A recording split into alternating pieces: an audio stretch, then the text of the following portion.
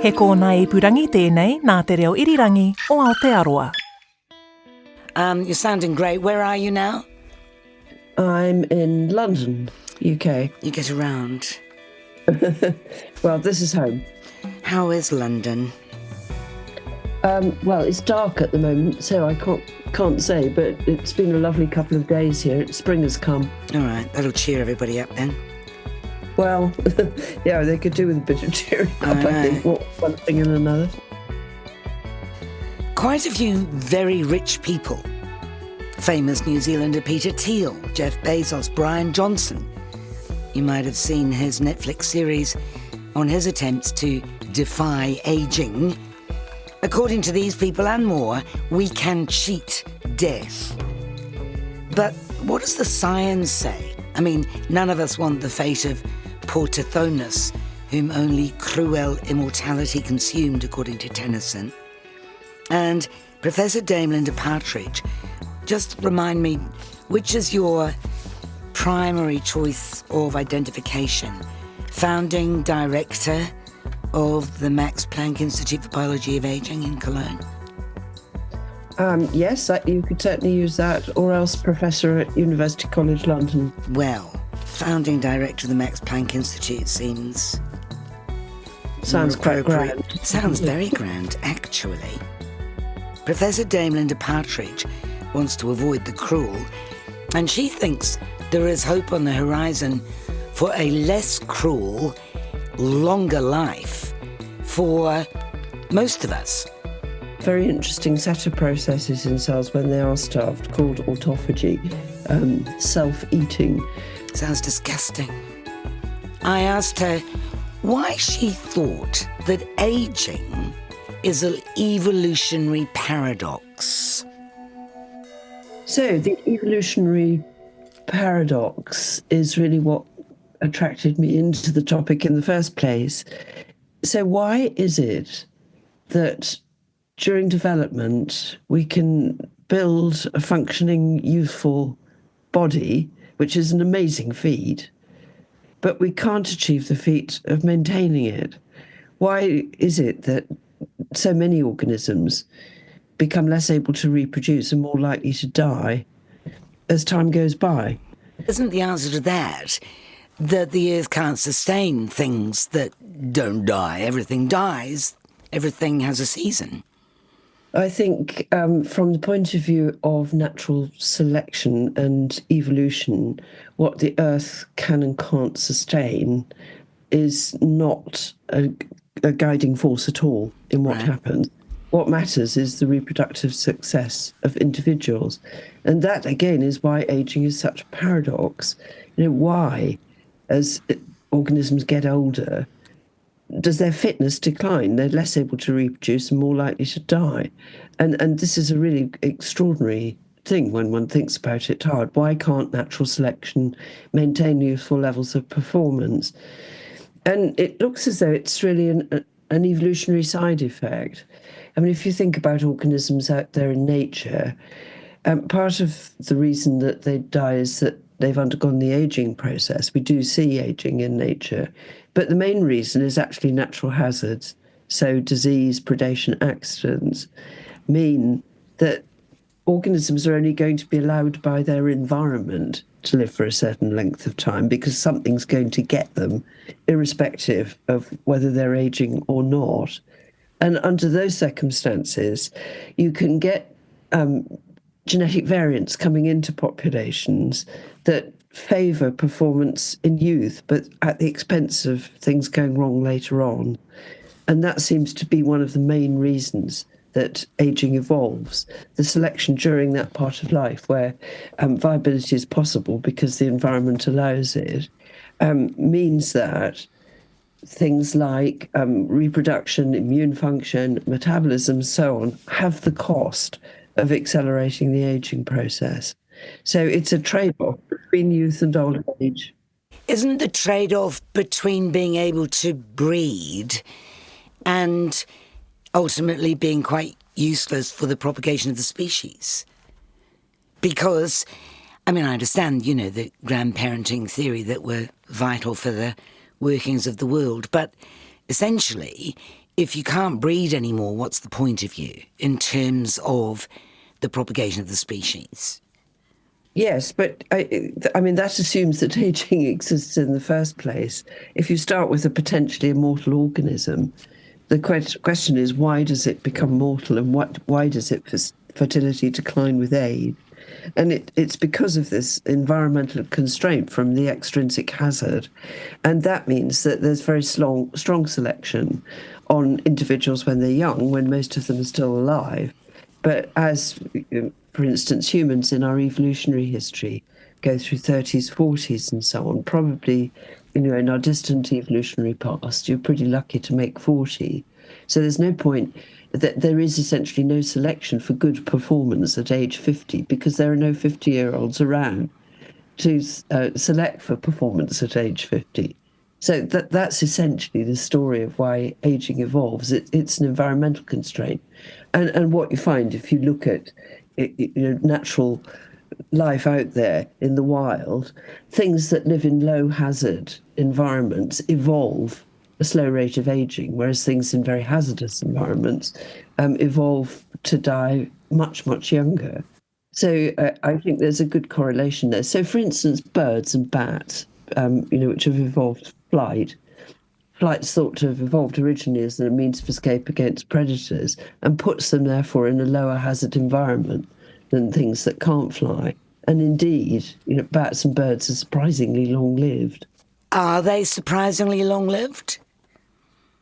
Yes, I mean, I think this came to light particularly with very early work on seabirds, which are particularly long-lived. There's a bird called fulmar, which nests on cliffs in the UK and was studied back in the 1960s. And people were astonished to find that you could ring a fulmar as a chick, it would reappear as a breeding adult. And, they were living 40 years. And so how does that correlate with our experience? If it's extrinsic or environmental hazard that limits us, then without the environmental hazard, and maybe you're talking about pollution or lifestyle, we should be able to live longer and healthier. Well, what's happened with us is that most of the extrinsic hazard that we would have experienced in our evolutionary past, so, starvation, a lot of infectious diseases, physical hardships and accidents, it's all been removed. So we're living much, much longer than in our evolutionary past, well into ages that natural selection hasn't had a chance to fine-tune. Natural selection's seen very few 75-year-olds. So suddenly our environment is allowing us to live longer, and we're seeing the effect of surviving to ages that natural selection hasn't seen before. It's the same with animals in zoos or animals in laboratories. We look after them very carefully, give them as good conditions as we possibly can. And so we see very clearly the effects of aging. When we do that, they're much less obvious in the wild. If you've got a species living in its natural environment, you can detect, declines in fertility later in life, mortality rate goes up, and you can measure functional things like, immune responses and so on, and show that they go down with age as well. But it's much, much less obvious if you've got an animal living with its natural hazard, whereas with humans, we're really seeing the effects of removing those hazards. As I understand it, in 2001 you published some research into worms indicating a universal gene, a single mutation of which caused aging across species. And there was a big fuss about that. Can you tell me a little more?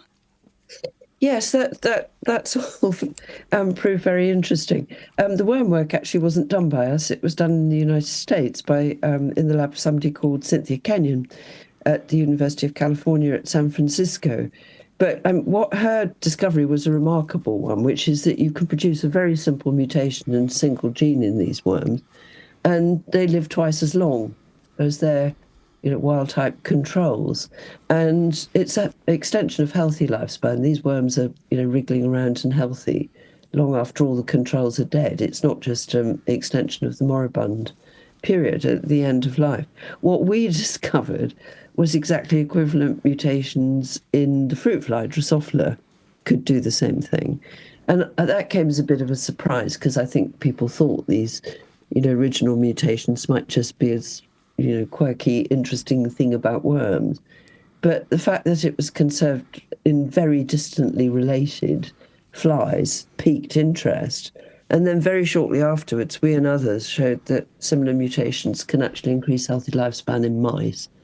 So that's when the thing really kicked off and people started to become interested in the mechanisms.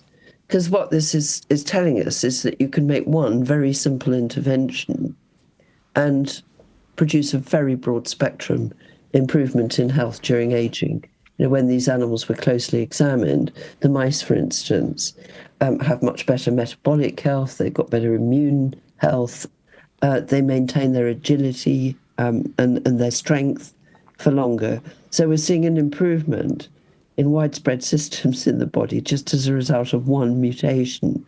So the implication there is that eventually we should be able to intervene in humans and just tackle one simple aspect of the biology of aging and produce a broad spectrum improvement in health. So I think that's why those mutations are so important. A finding in a little worm like that might not seem to have great implications, but once it was realised how broad spectrum the improvement in health was and that it was evolutionarily conserved, it really opened things up.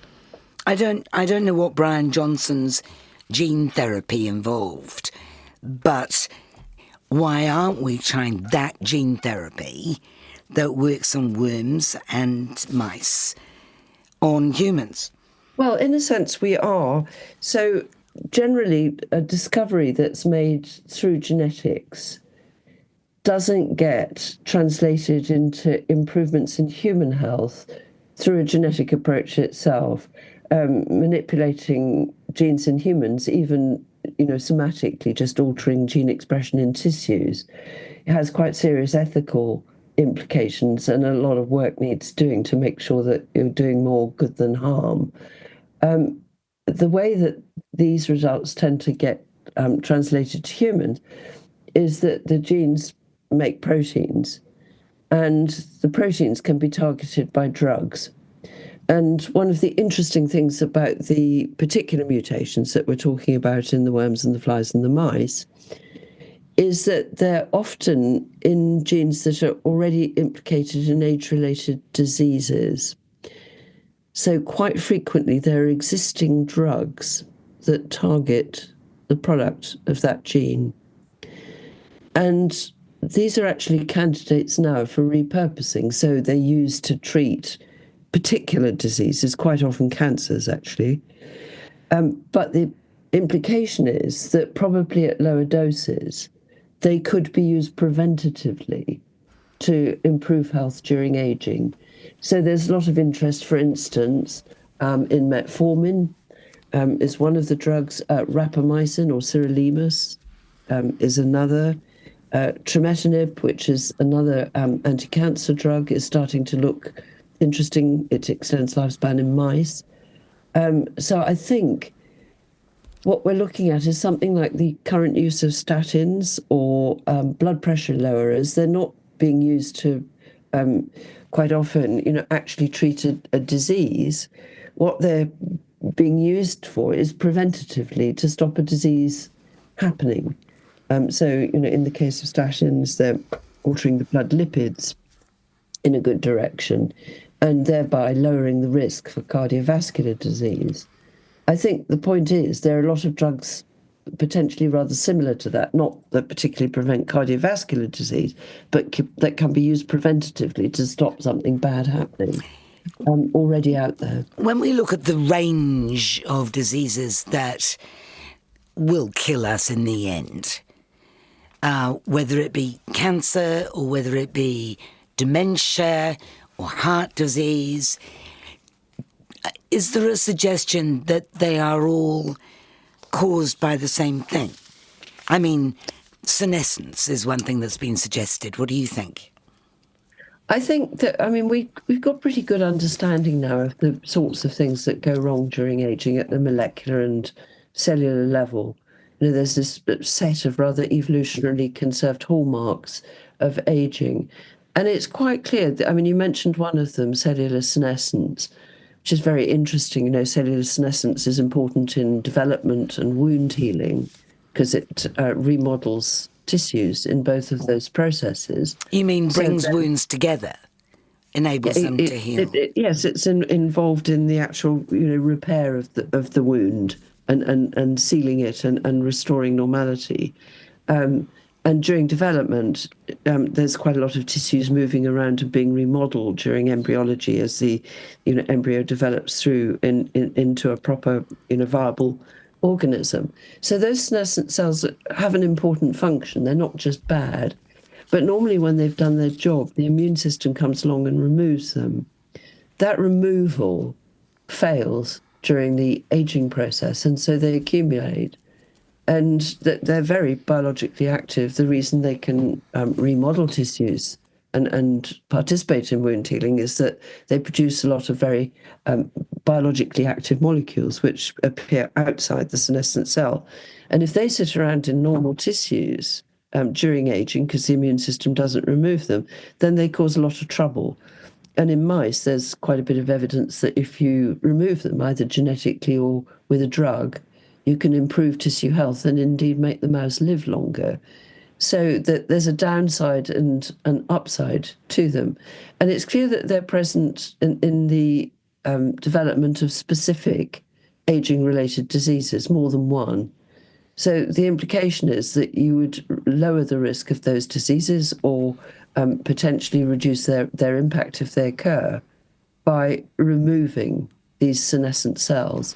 And then there are other characteristics of the aging process. So, things go wrong metabolically. There's an increase in inflammation during aging. The immune system misbehaves.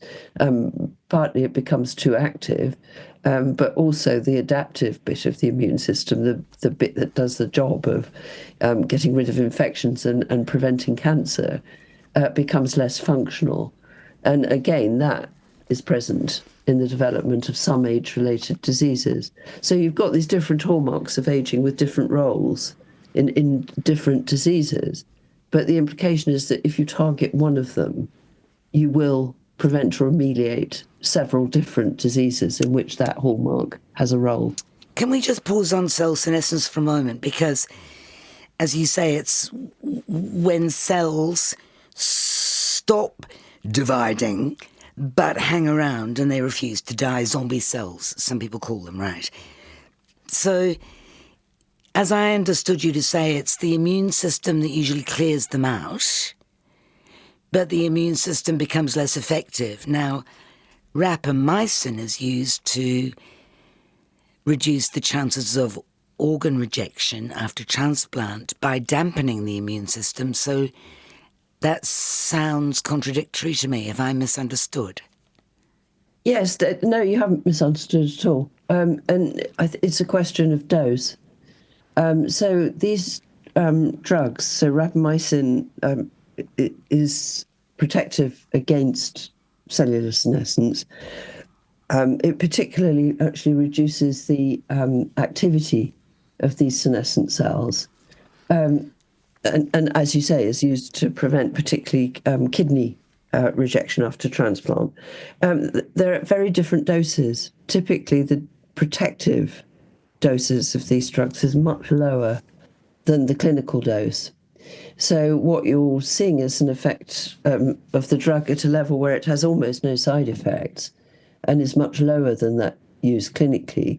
If you want to see the immune suppression of a different section of the immune system, which is involved in rejection of tissue transplants, you have to go to a much higher dose. Wow, it's all to do with the dose. Yes. That's really interesting. Geroprotectors, they're usually a low dose. Right. So a lot of people are taking rapamycin at the moment. Yes. Are you worried about that?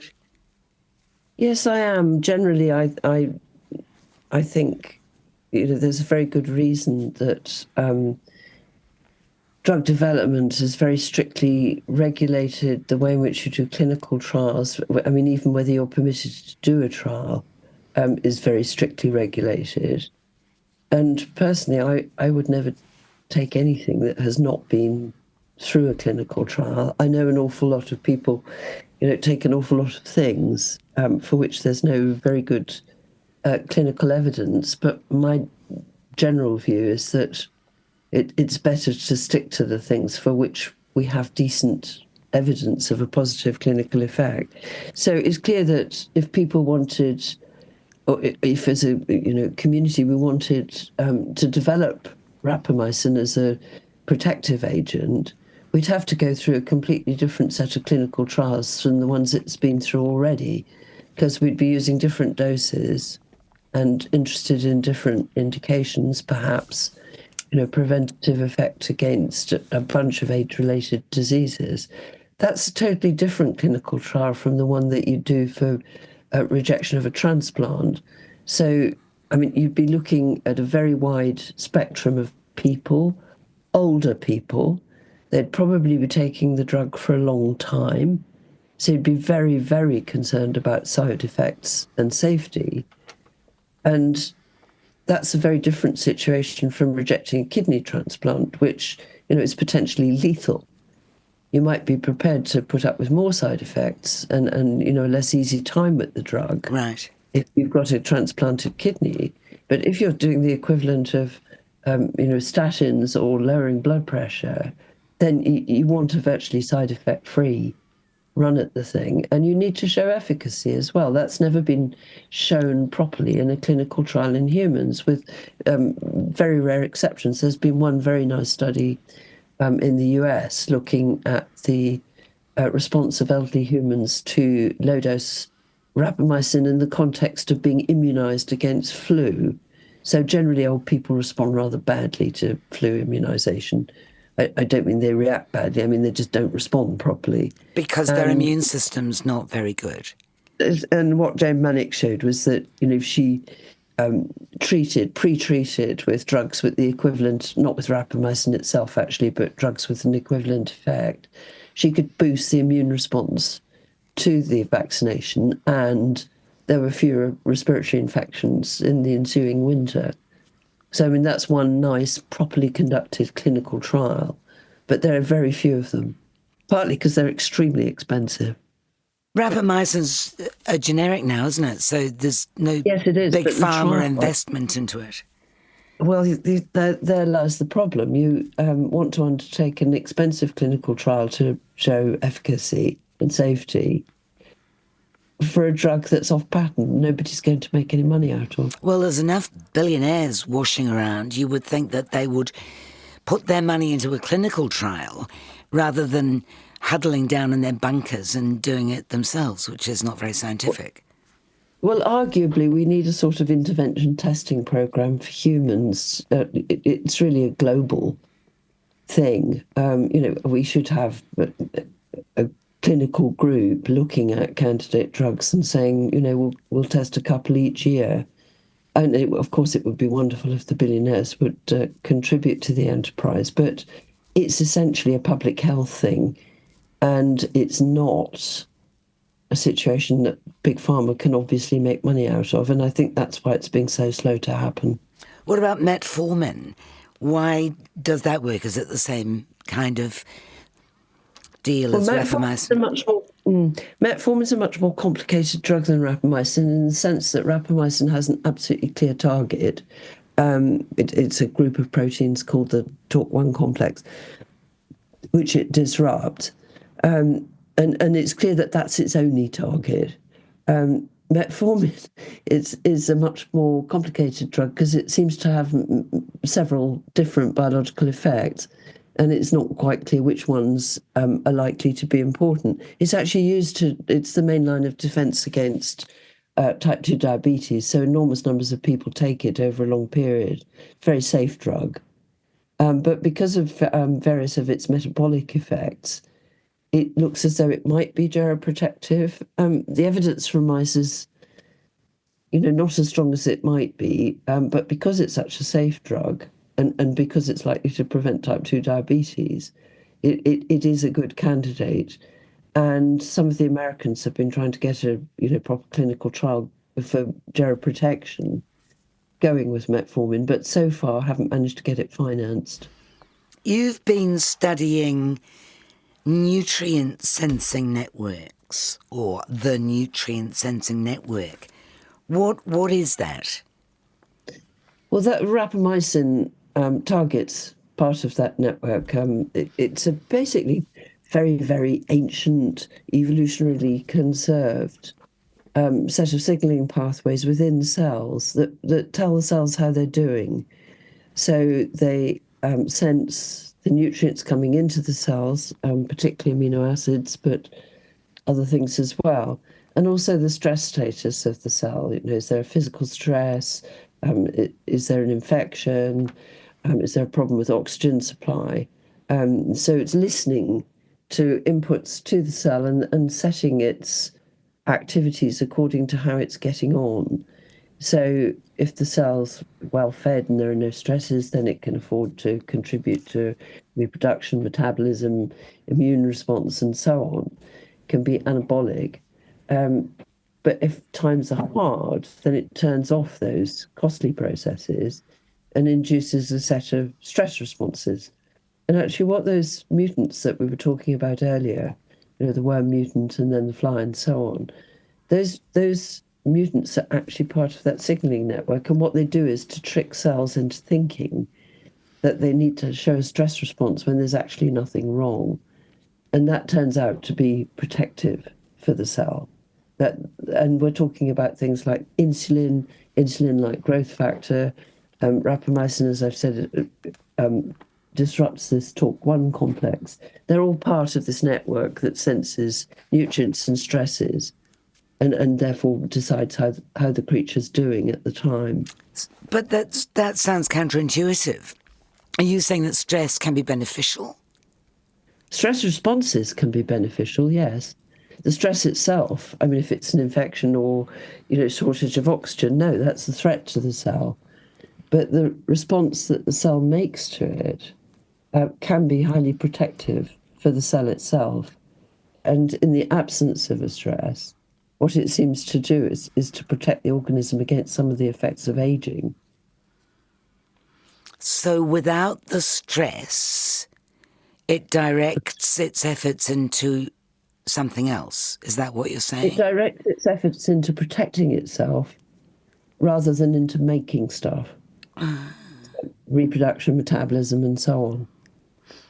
Dietary restriction, starvation, essentially, calorie limitation has been proven to extend the life in mice. We know that. Why?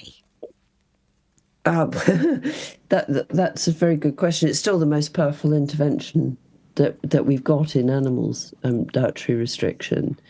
It seems to work through multiple different mechanisms. I mean, if you look at calorie restricted versus, ad lib fed mice or rats, what you see is they're protected, in an extraordinarily broad way against things that go wrong during aging. There are really only two things that they seem to do worse at. One is they're less good at clearing certain infections. I mean, so flu is one of those, viral infection. You have to re-feed if there's any question of viral infection. And they're also less good at wound healing. Apart from that, if you look at the health of the brain, the liver, the kidney, the muscles, everything seems to be improved by dietary restriction. And if you look at the changes in gene expression that happen during dietary restriction, they're quite similar to a lot of these mutants that we've been talking about. The organism basically turns on these protective responses, and that improves their health. And there's quite a bit of evidence now from rhesus monkeys as well. Dietary restriction doesn't necessarily make them live longer, but again, you see these very broad spectrum improvements in the health of different systems in the monkeys. And I should say that this line of research at least as far as I and most people like me are concerned, isn't about extending lifespan. It's about compressing that period of ill health Sure. at the end of life. Yeah. So are you avoiding saying we can live longer? Because I understand that that's not the aim of your research, but that could be an outcome. Certainly could be. I mean, we're already living, almost twice as long as we did in our evolutionary past. It's clear that human lifespan is immensely malleable. And we're living much, much longer. There's been this huge increase since about 1850, although sadly, particularly in a lot of European countries at the moment, that increase is either slowing down or even reversing. Do you think it's because we're all in the first world overfed? Yes. I mean, that's certainly playing a role. Overfed, under-exercised. I mean, if you want to, in humans, if you want, just one intervention that's brilliant at any age, but particularly, can keep old people healthier, it's exercise. Why? It's an incredibly powerful intervention. Why? I think because it basically exercises all aspects of the body. It's not just the muscles. It keeps the respiratory system going. It's very good for the cardiovascular system. It's extremely good for the immune system. If you look at the immune systems of elite athletes, absolutely astonishing. It's just a brilliant intervention. I mean, diet's very, close behind it. That's also extremely important. But failure to take exercise, and it's very tempting as one gets older, I can tell you, not to take exercise, but it's really important to do so. I read, just getting back to the starvation theory, I read that it might be something to do with when the diet is restricted, the cells, deprived of glucose as they are, begin to consume their own redundant material, which clears out the stuff that accumulates as a result of cell senescence. Is that the way it works? Certainly, there's this very interesting set of processes in cells when they are starved called autophagy, self-eating. Sounds disgusting. Exactly what you've just said. There's, redundant organelles, damaged macromolecules, and so on. The cell just recycles them into new bits, and thereby, cleans out. And it does. I mean, you can do too much autophagy. There's a sort of happy medium with autophagy, but certainly increasing it in cells that have accumulated damaged stuff, it seems to be immensely beneficial. So the new drugs that have become all the rage, Ozempic and the like, are they a good thing? Well, I think they haven't been around long enough for us to be clear whether they're a good thing on the long term. So I think there's that. They've only been around for a really quite short period of time. I mean, the benefits of short-term treatment with them seem to be immense, but it's also worth being aware that there's downside, which is that they can have quite a severe effect on muscle wasting.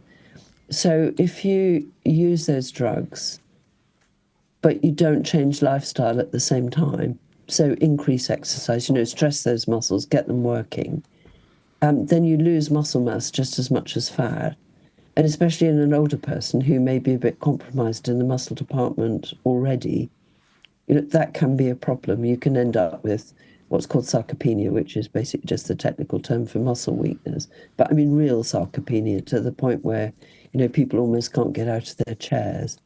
So they do have to be used in a very careful way. They're not just a miracle on their own.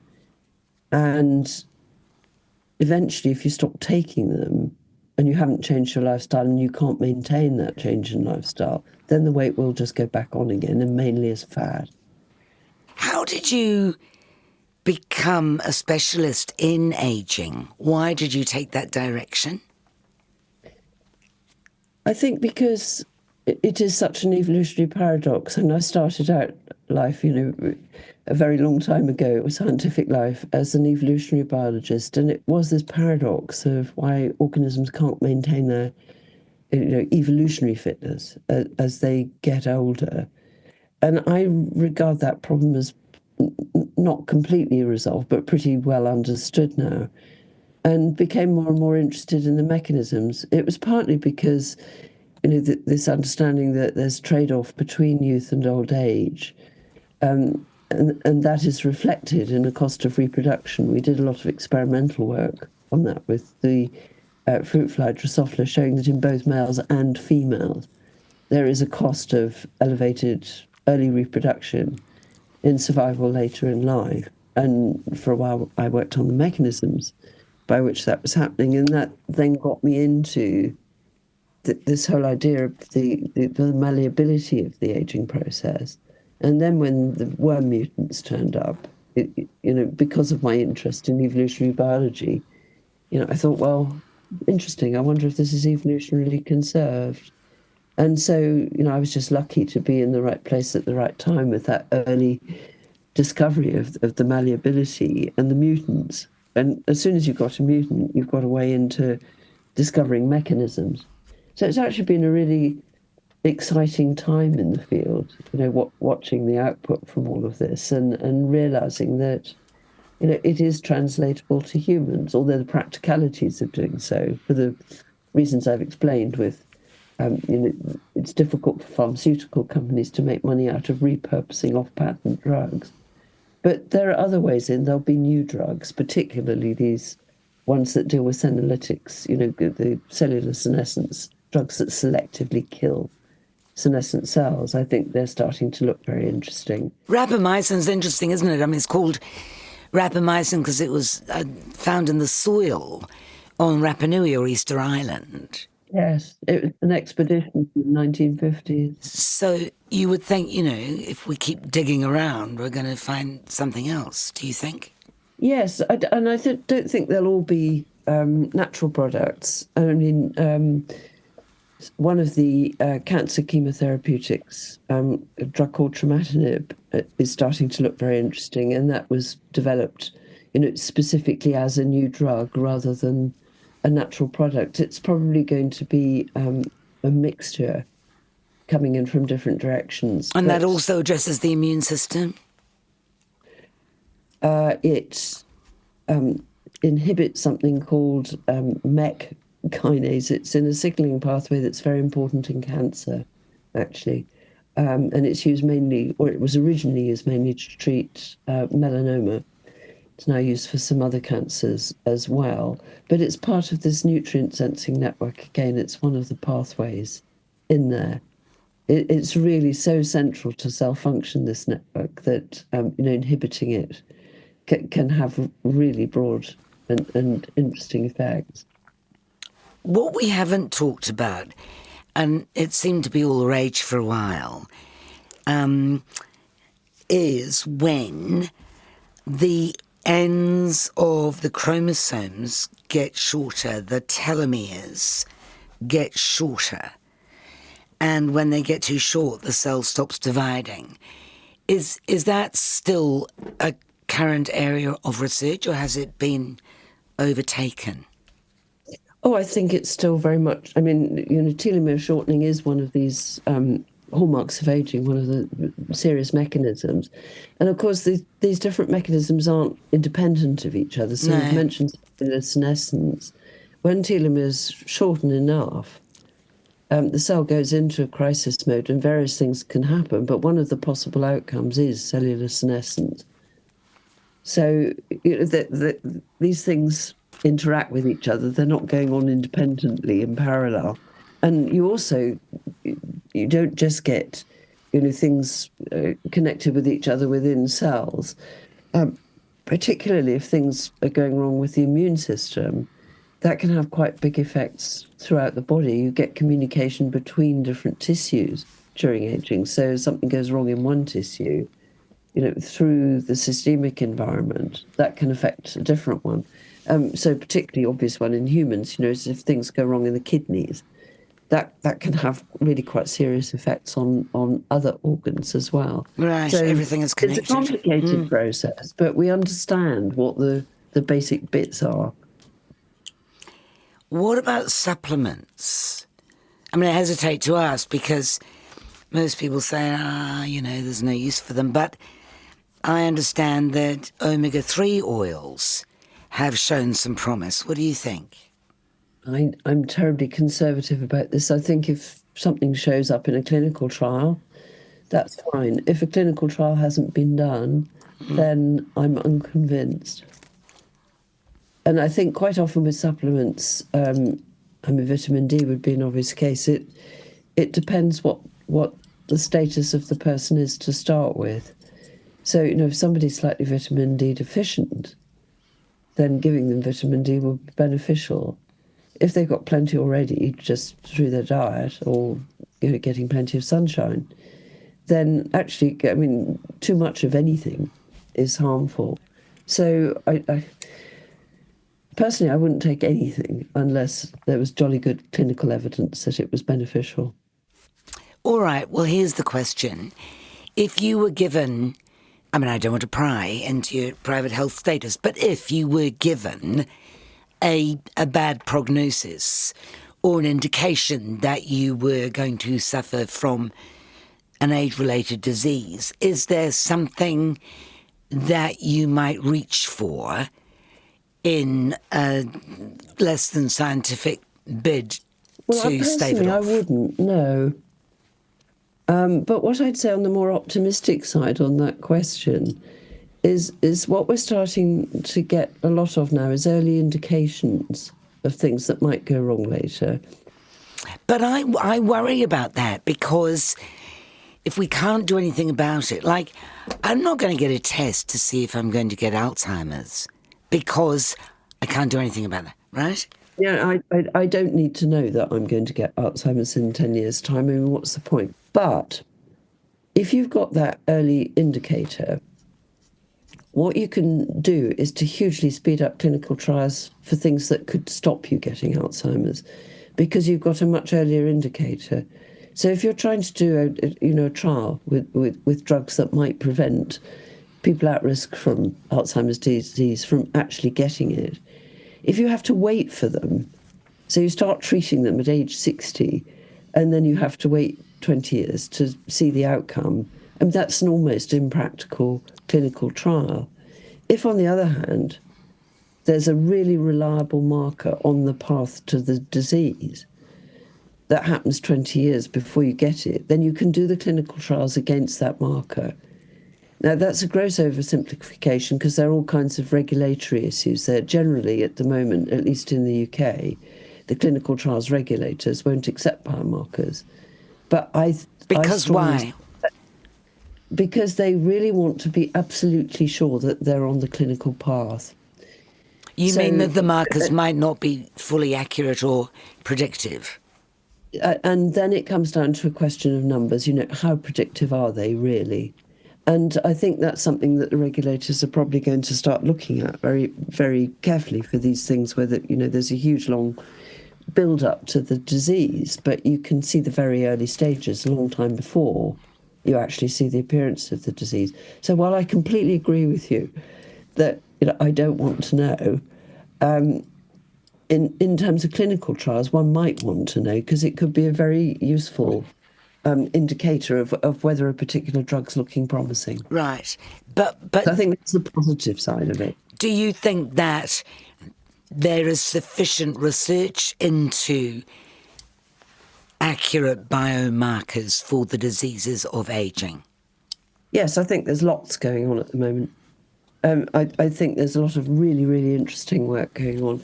There's just been a series of papers showing that you can look at proteins present in plasma in aging humans, and you can use them to give you an indication of which organs in that particular person are aging faster than others. So, you can show that somebody's really got markers that mean that their kidney's not doing so well or their lungs aren't doing so well. And at the moment, it's exactly as you say. I mean, do you want to know? Because it's not clear what to do about it. But it means that we're starting to get these markers of individual aging styles, and we could use those against clinical trials to see what's going on. We could also turn it on its head in animals and say, okay, we've got this drug. It seems to be, protecting the mice against things that go wrong during aging, but we're not exactly sure how it works. Well, we could get the plasma out of those mice and say, okay, which organs is this drug protecting? So we at least know where to go to look at how it's working and, how it might be helpful in people. So I think at the moment that sort of information, it's a bit like genetics, it's at the discovery stage, but it could be turned into something very beneficial from the clinical trials point of view, and also for dealing with the fact that aging is such an individually variable process. We all develop the same way. There's this wonderful set of genes that have evolved to ensure that the right things happen in the right place at the right time during development, so you end up with a viable offspring. Aging's not like that. It's a much more haphazard kind of process, and we don't all die of the same thing. And being able to capitalise on the trajectory that a particular person's on in order to prevent the things that they're likely to suffer from, I think that's becoming much more feasible. But if cell senescence or inflammation caused by it or anything else, if it's inflammation that's the issue, then we don't all die of different things. We might all die of the same thing, manifesting itself in different ways. Well, I think it's pretty clear that people die of different diseases. Not diseases caused by different things or the same. Inflammation is turning out to have an extremely powerful general effect on the mind during aging. There's no doubt about that. If you ask me to say what's the single most important thing, I think that's the one I put my finger on. But there are plenty of diseases where that's not part of the story and that people die of. So while you might capture an awful lot of the things that go wrong during aging just by tackling inflammation, there's plenty else as well. Your mention of plasma reminded me of it sounded wacky, but I don't know, people infusing themselves with plasma from young people. In mice, I'm told that it reverses the aging of some of the organs. Yes, it's particularly powerful. It has a really beneficial effect on stem cells. So these cells that are sitting in tissues, they're not differentiated. So, they might be in the skin or the nervous system, but they're not yet nerve cells or skin cells. They're just sitting there. And under certain circumstances, so if the tissue needs repairing, then they wake up and divide and give rise to a cell that differentiates to replace the damaged one. They seem to benefit particularly in older individuals from the presence of the younger plasma. But although that phenomenon seems to be quite clear and genuine, it's proving quite tricky to actually identify what are the critical molecules. And at the moment, there's no clear information from humans about that. Obviously, you're not going to do a parabiosis experiment. There would be some, real problems with getting ethical permissions for the overall clinical trial. But if the molecules could be identified in mice, then it would start to be interesting to look at whether they also show the parallel age-related changes in humans. But at the moment, I think it's quite surprising that discovery hasn't made more rapid progress than it has into interventions in humans, because of course blood is so accessible, without causing any damage to the person. People donate blood, freely to blood banks. So actually getting the materials is not a problem in humans. But at the moment, it's looking very interesting, but that's the stage it's at. Why don't they take it further? Why isn't there more clinical? I think there are plenty of startups, biotech companies who are looking at that very seriously. I think it's not that nobody's working on it. It's just proving rather difficult to actually identify what are the critical molecules. And it may be that what you're actually doing with the plasma transfer is to some extent washing out bad stuff from the old mouse rather than, producing anything specific and wonderful from the young mouse. So if it's simply an accumulation of multiple bad things in the older individuals, that's going to be much harder to tackle than, adding a wonderful, youthful molecule from the younger mouse. So it may just be that the biology of the situation isn't simple. We all know how much money is spent on rejuvenating creams and cosmetics that make people look younger and hair dye and so on. But if you can ameliorate the effects of aging, will all the other stuff fall into place? In other words, if you were a rich cosmetic company, wouldn't you want to put your money into the root cause of why people get wrinkly and grey? Yes, but my impression is that most cosmetic companies, subject to safety, are more interested in selling stuff than in the fundamentals of the aging process. And skin aging is a particularly complicated one because of, so much of it is photoaging. So exposure to sun and ultraviolet radiation.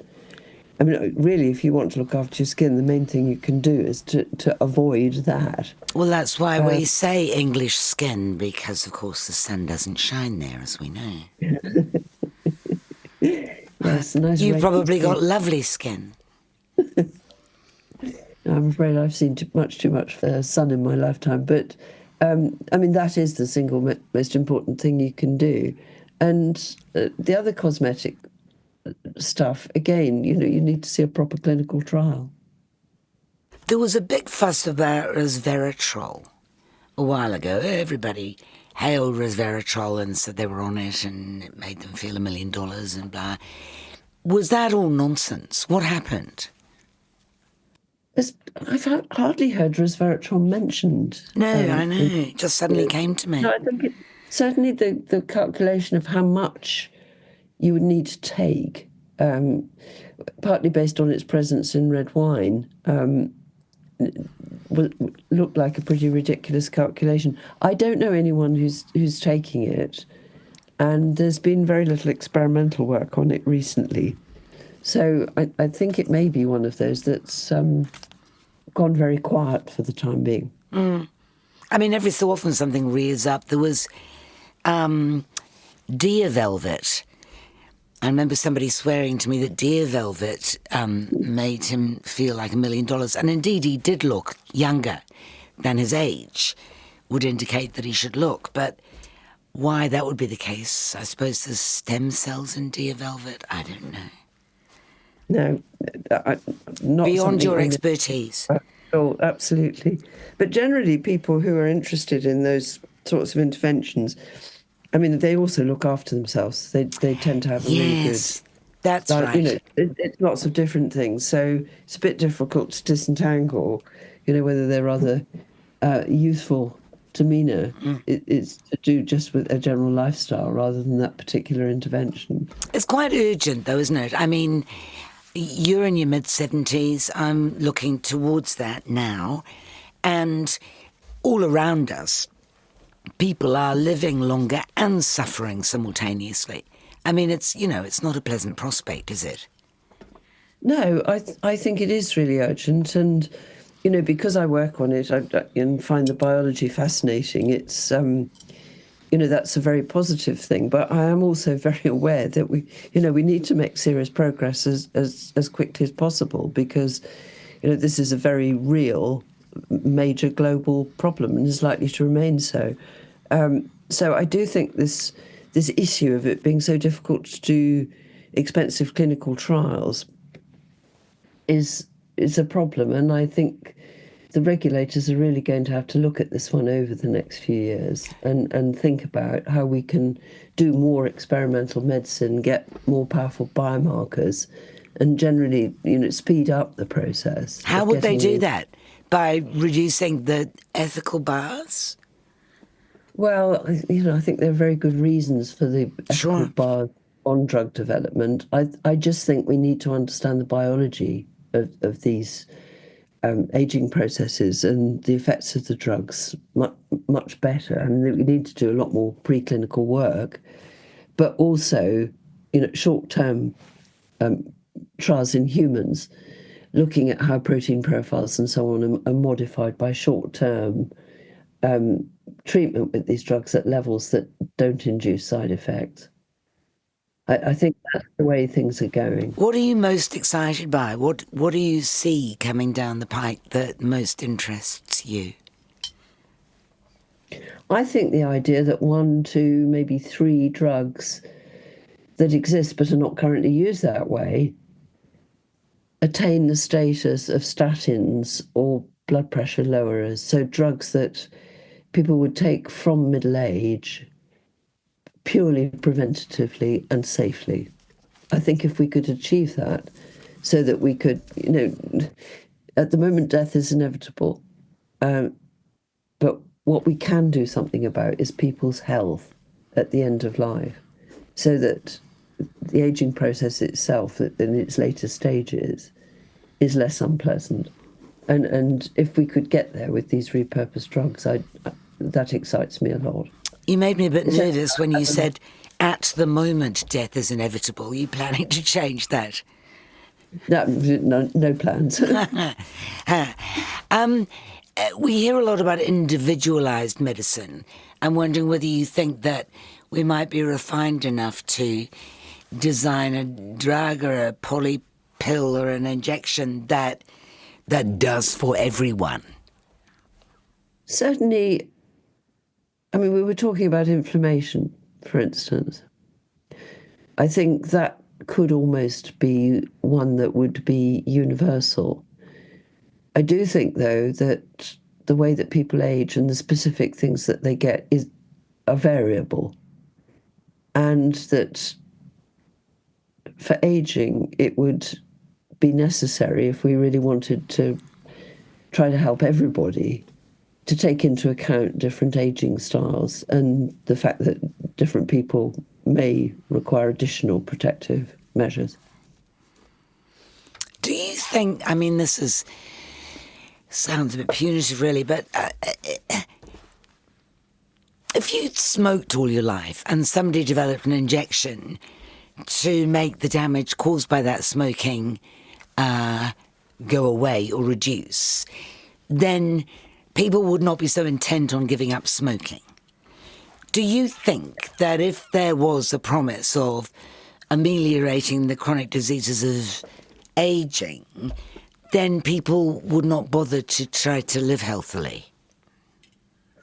It could be a consequence, but that really depends on the timing with which these things work. I mean, in mice, there's quite a bit of evidence that certain things can be prevented. So if you prospectively do dietary restriction from a young age in a mouse, then you get the full protective effect. If you only start later in life, you don't get such a strong protective effect. So certain things have happened that are not reversed by dietary restriction. You only get the future benefit from when you start. Right. And it's not as great as if you started early. Okay. And to the extent that's true of other interventions. So you've still got to look after yourself. Yes, you have. How do you look after yourself? Well, I don't smoke. I try to take as much exercise as possible. What sort of exercise? Well, I'm particularly keen on Pilates. I do a lot of Pilates. Isn't that sort of lying around and twitching a toe? That's keeping your core muscles strong. Okay. So it's basically postural and strength stuff. So it's protective against falls. It means that you've maintained the strength of the key muscle set so that you can do things. And I also walk a lot, including hill walking. Yeah. That's my other main form of exercise. And you want to talk about diet? I try and eat healthy. Meat? Do we need meat? I don't eat very little, actually. We eat quite a lot of fish, but really rather little meat. That's more a matter of taste than principle, I think. But anyway, that's what we do, and completely avoid ultra-processed food, junk food, and so on. Yes, I know there's a... Sugar. We eat very little sugar or salt. Isn't the jury out on salt? No. I mean, there's absolutely no doubt that... the clinical trials have been done there. Too much salt in the diet is definitely a bad thing. Because it raises the blood pressure. Exactly. All right. Yeah, that's the bad news, isn't it? Are you anticipating that that an illness, an age illness might strike you first, a particular one? Can you see something on the horizon based on your family history or experience? Well, my immediate family history is one of vascular dementia. So I'm very, very careful about... I take statins and have done, from a relatively young age because of the family risk. So my profile for blood lipids is pretty good. And I also am very careful to keep an eye on blood pressure for the same reason. But, even people with an utterly blameless lifestyle go into dementia or get particular cancers. Yes, exactly. There's a limit to what you can achieve with lifestyle. Yeah. And it seems to me that there'll always be a limit, no matter how many things we develop to ameliorate. There will always be a limit. We will always... it's hubristic, isn't it, to think that we might be able to live much longer and much healthier. Well, at the moment, I completely agree with you. Yes, I mean, things can always change, but I think at the moment, all we can aspire to do is, just to push back the time at which the first aging-related diseases appear. Just try and make them happen later. Increase the healthy period and decrease the period when age-related diseases and impairments are present. At the moment, I think that is realistic. Much more than that probably isn't. We all know that wealthy people live longer because they're healthier. Will that always be the case, do you think? Well, I think the nice thing about some of the interventions that I'm talking about is that they should be particularly beneficial in people who aren't in great shape in the first place. It's one of the things I like about them. I mean, their benefits are likely to be greatest for the people who are at greatest risk of ill health, which, of course, is socioeconomic and life circumstances. And particularly these repurposed drugs. A lot of the off-patent drugs, they're very cheap. So there shouldn't be rationing by price if they come into use in that way. Are they very cheap? Why? Because they're off-patent is why they're cheap. They're off-patent and it doesn't cost much to make them. But again, we've got that problem. If it doesn't cost much to make them, there's not much money in it. Therefore, the clinical trials aren't going to be taken by the pharmaceutical companies. And at the moment, there are these longevity clinics springing up everywhere, which are basically for the worried, wealthy well. Yes. To the extent that, they're very carefully monitored, as very early detection of disease is always really important, just in standard clinical practice. And of course, people who can afford access to these clinics are more likely to have that. So there is major inequality in health during ageing, and certainly I would be very keen to ensure that any interventions that come in are not accessible only to the wealthy. Well, that would make sense. if you've got a public health system that is almost fully occupied by poor and unhealthy people, and, capitalism and money seems to reduce our long-term vision quite a lot. It's kind of utopian to think that these things would go to the people who would benefit the most from them. Well, certainly some of the more expensive interventions. So, I mean, at the moment, if you're going to, measure a lot of blood proteins in a person, that's unusual in routine clinical practice because of the expense. So, yes, I agree with you. It's a problem. I wish you a long and healthy life.